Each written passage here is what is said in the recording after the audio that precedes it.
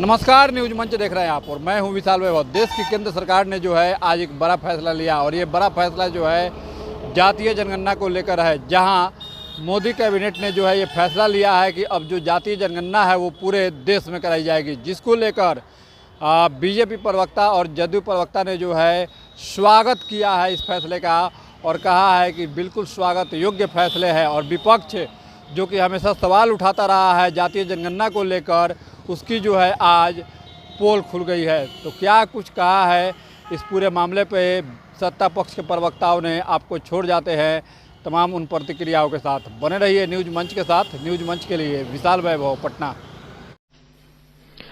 Congress governments have always opposed caste census. Caste was not included in all the census operations conducted since independence. In 2010, then Prime Minister late Dr. Manmohan Singh ji had assured the Lok Sabha that the matter of caste census should be considered in the cabinet. A group of ministers was formed to consider this subject. Most of the political parties had recommended caste census. Despite this, Congress government decided to conduct only a survey of caste instead of a caste census. That survey is known as SECC.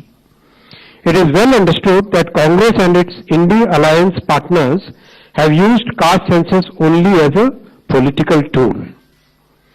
As per Article 246 of the Constitution of India, the subject census is listed at 69 in the Union list in 7th schedule. According to Constitution of India, census is a union subject. Some states have conducted surveys, I am repeating the word, surveys, to enumerate castes. Some states have done this well, while some others have conducted such surveys purely from a political angle in a non-transparent way. Such surveys have created doubts in the society.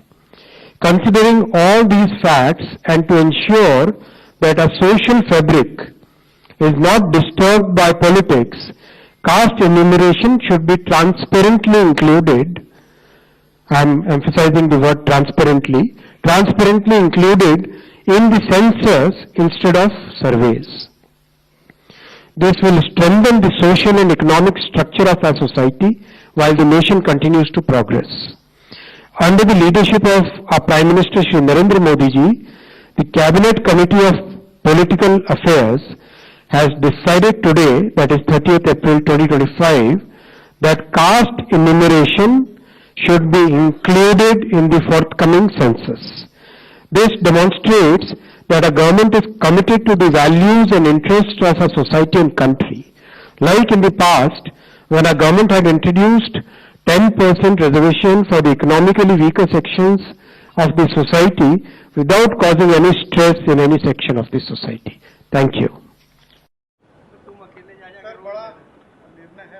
देश के यशस्वी प्रधानमंत्री आदरणीय नरेंद्र मोदी जी को मैं विशेष तौर पर बधाई देता हूं। बिहार की जनता और भारत की जनता जो चाहती थी, नरेंद्र मोदी जी ने सपना पूरा करने का काम किया। और आप सोचिए कि बिहार जैसे राज्य में पहले भी भारतीय जनता पार्टी ने, जब नीतीश कुमार जी का प्रस्ताव आया तो हम लोगों ने समर्थन करने का काम किया।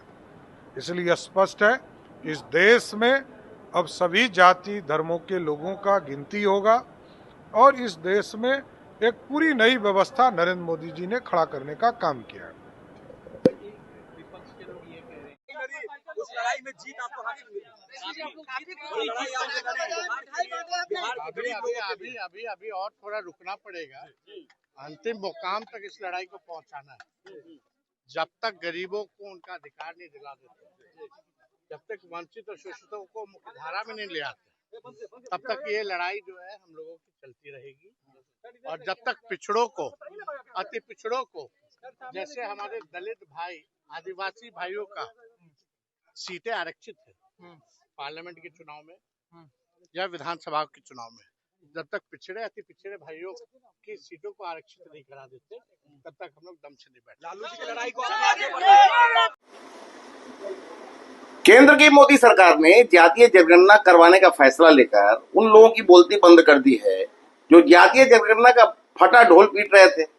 माननीय प्रधानमंत्री श्री नरेंद्र मोदी जी के नेतृत्व में केंद्र सरकार ने जातीय जनगणना करवाने का फैसला लेकर यह बता दिया है कि कुछ लोग सिर्फ हल्ला करना जानते हैं, जबकि काम एनडीए की सरकार ही करती है, चाहे वह बिहार सरकार में हो अथवा केंद्र सरकार में। केंद्र सरकार उचित समय पर उचित फैसला लेकर उचित काम करती है। जनगणना के साथ जातीय जनगणना करवाने का फैसला बिल्कुल सही है और सराहनीय है। इससे कम खर्च में और बिना अतिरिक्त समय लिए जातीय जनगणना हो जाएगी। केंद्र के इस फैसले से विपक्षी दलों में हताशा है, क्योंकि ये सिर्फ जातीय जनगणना करवाने का ढोल पीटकर राजनीतिक लाभ उठाना चाहते थे।